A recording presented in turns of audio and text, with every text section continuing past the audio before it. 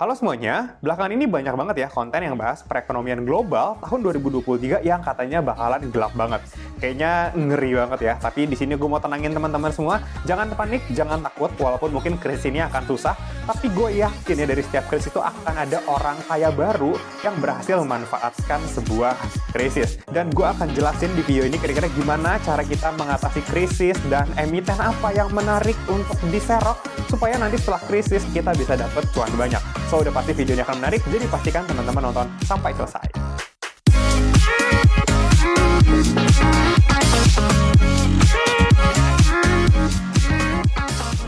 So, oke, belakangan ini pasti teman-teman banyak banget ya lihat konten tentang perekonomian 2023 yang katanya bakalan gelap banget. Dan gue udah jelasin ya kenapa krisis resesi global ini bisa terjadi di video sebelumnya yang gue upload, atau teman-teman bisa klik link yang di atas. Ini awalnya dari Amerika yang terus printing uang, so menyebabkan inflasinya tinggi. Sekarang mereka lagi berusaha menurunkan inflasi dengan cara menaikkan suku bunga. Kenaikan suku bunga itu diikuti juga oleh negara-negara lain.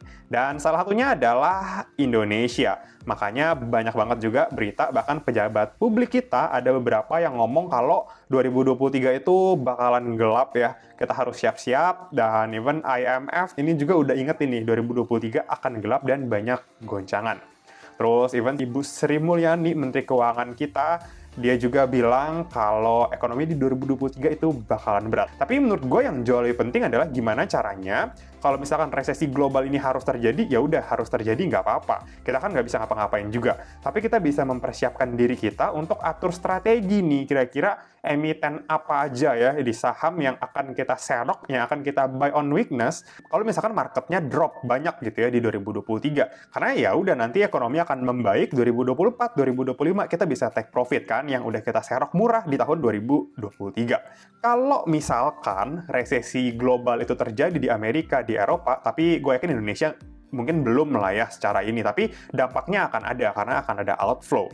Dan kalau kita misalkan ngomongin Indonesia, IHSG itu cerminannya masih oleh sektor finance ya, terutama banking. Indeks kita itu big banks-nya ada BCA, BRI, Bank Mandiri, dan BNI. Nah, teman-teman bisa lihat di sini, ini gue urutkan berdasarkan market cap ya. Kalau misalkan teman-teman lihat BCA nih ya, ini adalah bank yang paling besar di Indonesia ya secara market caps, sedangkan Bank BRI ini nomor 2, lalu Bank Mandiri ini nomor 3, ini asetnya terbesar juga ya di Indonesia, dan BNI ini masih top 10, dia juga masih cukup besar.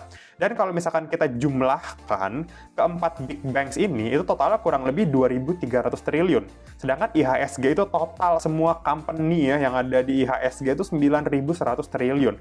Artinya, bobot dari 4 banking ini itu sudah 25%-nya IHSG, udah seperempatnya sendiri. Ya makanya weighting-nya ini berat banget. Dan fund manager atau investor asing ya yang masuk ke Indonesia, mereka akan melirik saham-saham big caps ini. Nah, ketika ekonomi global nggak stabil, maka flow asing yang dulu masuk itu dia akan tarik, dia akan jual. Jadi dikhawatirkan sebenarnya lebih ke capital outflow.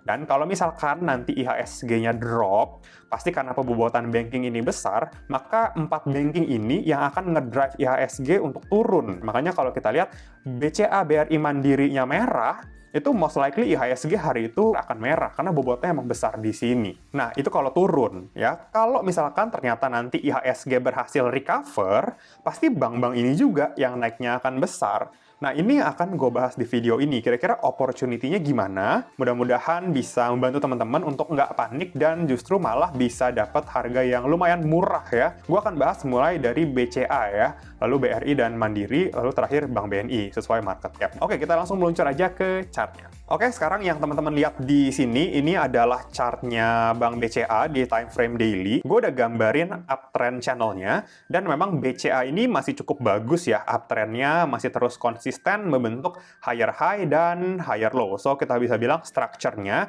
ini sebenarnya masih uptrend. Tapi walaupun uptrend, bukan berarti dia akan terus naik gitu ya, kayak penggaris. Enggak, pasti akan ada koreksinya. Contoh nih ya, BCA awalnya 23 Maret harganya 4.300, terus di Januari 2021 itu naik sampai 7.000-an. Ya, dia nggak langsung naik, dia akan ada koreksi dulu nih, dari 7.400-an ke 6.000. Itu kan lumayan ya, koreksinya kayak 20%-an. Terus habis itu baru lanjut naik lagi, bikin higher high. ya ke 8.300, terus koreksi dulu nih sampai sekitar ke angka 7.000. Nah, ini sebenarnya cukup nurut ya. Dia udah berkali-kali ngetes supportnya, ya, even kotak yang di bawah sini, yang oranye, ini kan adalah uptrend channel yang pertama ya, support ya.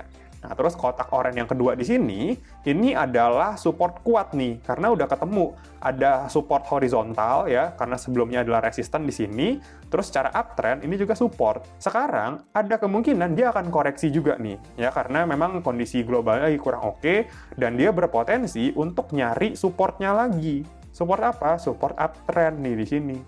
So, ada peluang ke sini menurut gua ke area sekitar 7.600. Ya, ini kan diskonnya lumayan. Kalau misalkan kita hitung ya, dari atas, dari 8.900 ke 7.600, itu diskonnya sekitar 14,5% atau 15%. Ya, ini lumayan diskonnya. Dan kalau misalkan gua tarik dari Fibonacci-nya ya, gua cukup suka pakai Fibonacci, dan di sini teman-teman bisa lihat, ketika terbentuk satu swing, dia ini koreksinya ke area sekitar 0,5. Terus oke dong, 0,5 ini gue hapus. Gue akan tarik lagi dari sini. Swing yang terbaru nih, dari sini ke sini. Nah, lagi-lagi dia terkoreksi ke Fibonacci 0,5-nya nih di sini. Artinya sudah dua kejadian ketika swing, dia koreksinya ke Fibonacci 0,5. Kita bisa expect dia akan terjadi sekali lagi nih di sini. Gua asumsikan history tend to repeat itself, ya dia akan koreksi ke 0,5. 0,5-nya di mana? Oke, 0,5-nya itu mulai dari 7.900. Tapi mungkin karena ini kondisinya karena ada resesi global dan lain, gue mau cicil, ya gue mau kasih dia diskon sampai 7.600 nih di sini.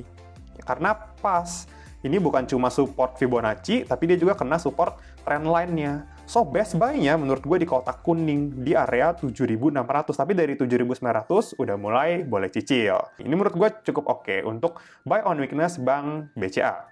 Lanjut ya. Yang kedua, Bank BRI. Nah, untuk di Bank BRI ini, sekarang posisinya apakah masih uptrend? Yes, masih uptrend. Cuma, trennya dia udah tidak sekuat Bank BCA yang tadi. Trend line-nya di sini ya masih nurut gitu, berapa kali retest ya. Tapi mungkin dia tidak terlalu jelas ya membentuk higher high-nya. Kayak di sini kan high-nya 48 gitu ya. Terus di sini high-nya juga sekitar 48-49. Belum berhasil breakout. Dan ini membentuk pola ascending triangle yang cukup besar. Mungkin nggak kayak BCA, tapi ini masih cukup oke. Gue akan sama ya, perlakukan sama, kurang lebih kayak misalkan dia swing panjang nih ya, dari 2.100 ke 4.800 nih dalam waktu setahun ya, dari Maret 2020 sampai Februari lah 2021. Terus dia koreksi. Nah, koreksi ini ke Fibo 0,5 juga nih, sama nih di sini tuh. Nah, berarti kalau misalkan ini swing-nya valid ya kita tarik lagi aja dari sini ke sini. Nah, ternyata dia memang sempat mantul di 0,5, tapi dia harus jebol sampai ke 0,618 ya, kalau misalkan gua reverse 0,618, dan itu masih golden ratio, masih fine gitu. Dan memang di area ini nih, di 4.000-an ini yang di sini, dia memang harus ke sini karena di sini ada support, bukan hanya support Fibo aja, tapi di sini juga ada support trendline-nya. Trendline yang kuning ini yang kita tarik dari bawah. Terus dia juga ada support horizontalnya. Jadi ini benar-benar support kuat. Nah, setelah itu dia mulai naik ya, naik konsol, bikin flag gitu ya, terus breakout, di sini bikin flag lagi, cuma sempat false breakout dan malah turun lagi. Ya sekarang masih fase konsolidasi, dan kalau misalkan dia akan turun ya, menurut gua si Bank BRI ini berpotensi ke arah 4.200. So, teman-teman udah mulai boleh cicil gitu ya ketika mendekati 4.200-an. Kenapa? Karena ini adalah support trendline yang warna kuning, dan ini juga adalah support horizontal nih. Ini kan pernah jadi support kan? So, di sini juga kita bisa expect jadi support. Nah, ini adalah area penting yang harus dijaga ya, 4.200, supaya trendline naiknya, uptrendnya masih oke. Kalau misalkan jebol 4.200, ya udahlah, lepas dulu, nggak apa-apa. So, best buy-nya menurut gue sementara ini untuk jangka menengah di area 4.200 untuk Bank BRI. Kita lanjut, yang ketiga, Bank Mandiri. Memang, Bank Mandiri ini salah satu yang paling nurut juga ya sama uptrendnya, garis warna kuning, terus even support-supportnya, support horizontalnya yang kotak warna oranye ini, dia juga nurut gitu ya. Kayak ini kan, gua tarik ke sini, dia koreksi ke Fibo 0,5, terus langsung naik lagi. Ya kan, nurut kan? Nah, sekarang ini ada di dekat-dekat area resisten lah, karena pertama ya ada target 1,618 di sini di sekitar 9.700-an, so sekarang udah deket. Dan menurut gua Bank Mandiri ini sih berpotensi koreksi dulu ya, karena lihat kondisi global dan big banks yang lainnya. Dan koreksinya kemana? Kalau misalkan uptrendnya akan terjaga dan dia akan koreksi, menurut gue dia bisa berpotensi koreksi ke 8.200 sampai 8.000 300. Nah, kalau misalkan dia udah mantul ke sini, terus dia mantul naik lagi, nah ini berarti dia masih berhasil menjaga momentum uptrend-nya. Tapi kalau misalkan ternyata dia jebol di sini, menurut gua Bank Mandiri ini berpotensi koreksi sampai ke sini, ke 7.300 sampai 7.400. Tapi kalau misalkan dia jatuh ke sini ya, ke kotak oranye ini, berarti uptrend-nya mungkin udah nggak terlalu kuat ya, nggak sekuat sebelumnya, dan berpotensi kalau jebol di sini, ya dia bisa koreksi lagi gitu ke sekitar 5.000-an. Tapi kita di sini masih ngomongin bullish skenario ya. Nah, ini untuk Bank Mandiri. Kita lanjut ke yang terakhir, Bank BNI. Nah, BNI ini juga agak sedikit berbeda ya sama yang lain karena memang ini market cap-nya tidak terlalu besar dan secara valuasi pun ini masih relatively lebih murah ya dibanding yang lain. So, orang-orang yang suka value sepertinya akan lebih banyak lirik ini. Oke, kita langsung aja. Gue akan tarik ya garis Fibonacci-nya, dan ternyata ketika dia swing sini, koreksi Fibonacci-nya sampai ke 0,618 golden ratio, terus dia langsung naik, dan setelah kemarin itu ke all time high-nya ya, ke 9.900-an, hampir jebol 10.000, tapi dia malah turun lagi, dan turunnya lumayan nih, sampai ke 7.200. Bayangin, kalau misalnya teman-teman hakta di pucuk, turun ke sini aja udah kayak 30% kan, ini udah ya lumayan rugi kan. Nah, terus sekarang dia lagi coba naik lagi kan, mantul kan. Karena sebelumnya ini adalah area support nih. Ini kan pernah jadi support nih. Nah, ini kan pernah jadi resisten. Ya, sekarang dia ngetes lagi ke bawah, terus langsung naik lagi. Nah, sekarang kita tinggal lihat lah ya, apakah dia berhasil mempertahankan momentumnya. Kalau misalkan mau dibilang bagus, dia harus jebolin ini nih, si 10.000 lah. Dia harus naik di atas itu. Karena kalau dia nanti nggak naik di atas 10.000, kita malah akan lihat ada pola reversal yang tadinya uptrend malah jadi pola reversal untuk balik downtrend, karena ini adalah pola double top. Tapi nanti masih jauh lah ya kita ngomonginnya, dia harus lihat dulu kuat naik atau enggak, terus nanti di sekitar 7.200 7.300 ini kita harus lihat jebol atau enggak gitu ya. Seandainya nanti itu jebol dan teman-teman mungkin nanti lihat volumenya nggak terlalu besar, nggak terlalu valid, ya berarti kita bisa bilang double top-nya ya nggak valid. Sekarang kita tinggal lihat nih, karena di bawahnya masih ada support lagi nih. Ya, support uptrend-nya. Karena dia sama sekali belum ngetes lagi kan, semenjak terakhir di 2021 pertengahan, terus dia langsung ngacir, dia belum ke garis kuning lagi nih. So, ini bisa berpotensi dia balik ke sini, karena ini adalah support kuat. Ya, di sini pernah jadi resist, di sini pernah jadi support, di sini juga berpotensi jadi support. So, kalau misalkan teman-teman tanya, best buy-nya, teman-teman udah boleh mulai perhatikan lagi, udah mulai boleh cicil tuh dari 7.200 gitu, udah boleh mulai cicil ke bawah sampai 6.500. Jadi boleh mulai cicil lah ya, dollar cost averaging. Nah, kenapa gue menyarankan dollar cost averaging? Karena memang kita nggak pernah tahu ya, bottom-nya sampai mana. Yes, kita bisa prediksi kurang lebih analisa technical support-nya di mana, tapi apakah akan sampai ke titik itu? Ya, belum tentu. Bisa jadi dia nggak sampai 65, mungkin 67 dia udah naik gitu ya. Kalau misalkan kita antri di 65, kan kita nggak dapet. Udah keburu ngacir lagi, ya mendingan kita dollar cost averaging aja, cicil gitu dari area support yang lumayan kuat. Kurang lebih gitu ya analisanya. Dan mungkin ada teman-teman yang baru nonton channel ini, nonton video ini. Kalau misalkan kalian mau belajar lebih banyak tentang basic saham, ya kalian bisa lihat video-video sebelumnya. Karena itu gue ada mulai jelasin ya basic. Dan gue menyarankan teman-teman harus segera mulai berinvestasi, bisa reksadana atau saham. Dan kalau bisa, teman-teman pakai platform yang bisa investasi kedua-duanya nih, supaya bisa switching. Dan gue merekomendasikan Ajaib Sekuritas karena sudah resmi terdaftar dan diawasi oleh otoritas jasa keuangan. Kalian bisa langsung aja download di Play Store dan App Store, dan pas daftar kalian bisa masukin kode ajaib KEVI217 untuk dapetin bonus-bonusnya. Dan pas banget di Oktober 2022 ini Ajaib Sekuritas lagi bagi-bagi hadiah, akan ada 1.000 lot saham yang dibagikan dan juga buying power atau saldo untuk berinvestasi sebesar 450.000 dengan ngajak temen untuk investasi dan daftar di Ajaib Sekuritas pakai kode ajaib kalian masing-masing. Nah, untuk informasi lebih lengkap, gue taruh linknya di kolom deskripsi ya, dan untuk download ajaib, gue juga taruh di kolom deskripsi.